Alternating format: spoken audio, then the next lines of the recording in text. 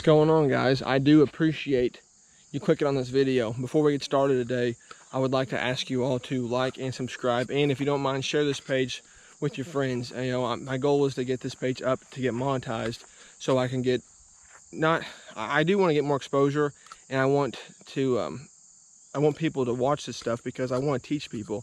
I'm not doing this for the money. I'm not doing this for the fame or whatever. Some people have YouTube, they have YouTube fame. I don't really care about that. I just really love dirt bikes. I love motocross. It's really shaped my life to what it is today. So if I can help you guys learn something along the process, I want to do that. Today I'm going to teach you guys how I reface jumps with a farm tractor, a farm style tractor, just a bucket loader tractor, not a skid steer. I prefer skid steer on tracks. I mean, most motocross guys do, but a lot of us don't have access to skid steer on tracks all the time. So I figured I could show you how I do it. It works best for me. I've learned this is a pretty quick and efficient way to reface jumps. That way, if you're riding a Saturday and you get up at 9 o'clock in the morning on the Saturday morning, guys are coming at noon, you have 3 hours. You can have all your jumps faced and packed like new with this technique. Check it out.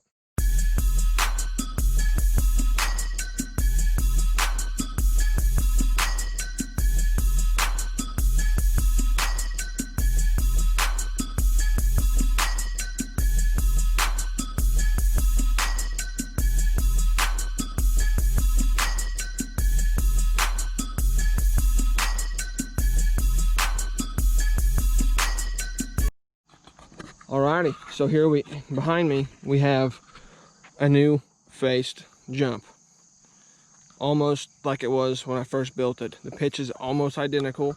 Everything's tracked in, packed down, and it's pretty well safe to go ride right now.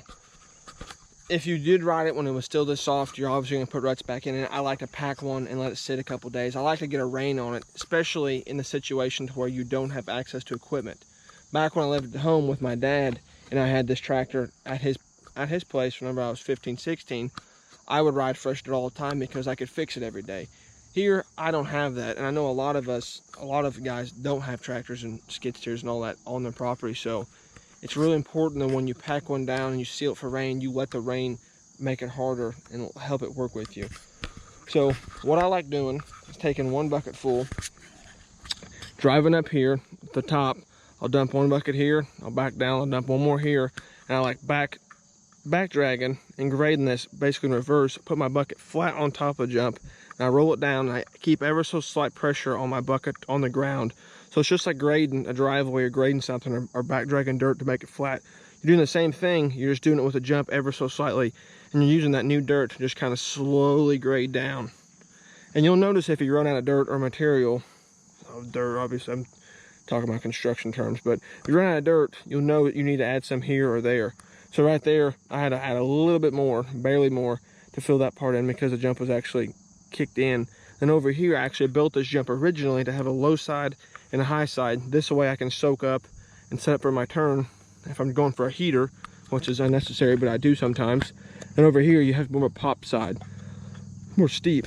So I kept the same grade, tracked everything in, and it's about perfect again. And one thing I'll add is I don't like adding dirt down here and pushing up with a farm tractor, because the suspension, how the suspension acts is it always is constantly going like this, and if you get off down here a little so slightly, that suspension's moving, and your bucket's not a 6-way blade, it's just an up and down.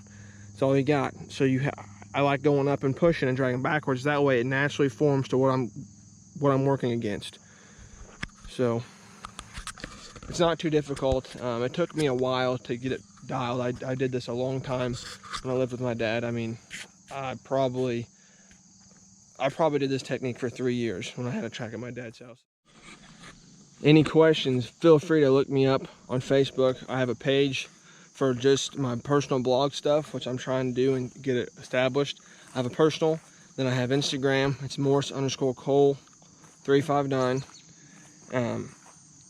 I really want to help you guys out. If a lot of people have house tracks or have built tracks in their house, and I see a lot of them that are only bucket widths wide, or the jumps they're steep and short and sketchy, and people get hurt because they're riding unsafe jumps. And a lot of times you can have, just because like this jump is so tall, it's still really, really safe. You could hit that jump neutral body positioning and not have to really prepare for it and still hit safely. The shorter the jump, the short steep jumps are what's going to bite you, because your suspension with that much travel, a big bike, a 125 and up, obviously motocross bike, is not made to hit a jump that small unless you're prepared and preloaded. For guys learning, if you build tabletops and have jumps like this to where you don't have to get so aggressive and prepared for it, it's just smoother transition and just everything about it works out better. So, yep, you need anything, get a hold of me. I'll be happy to answer questions. Yeah, I love dirt bikes, I love motocross. I love that I decided to do this because this is so fun.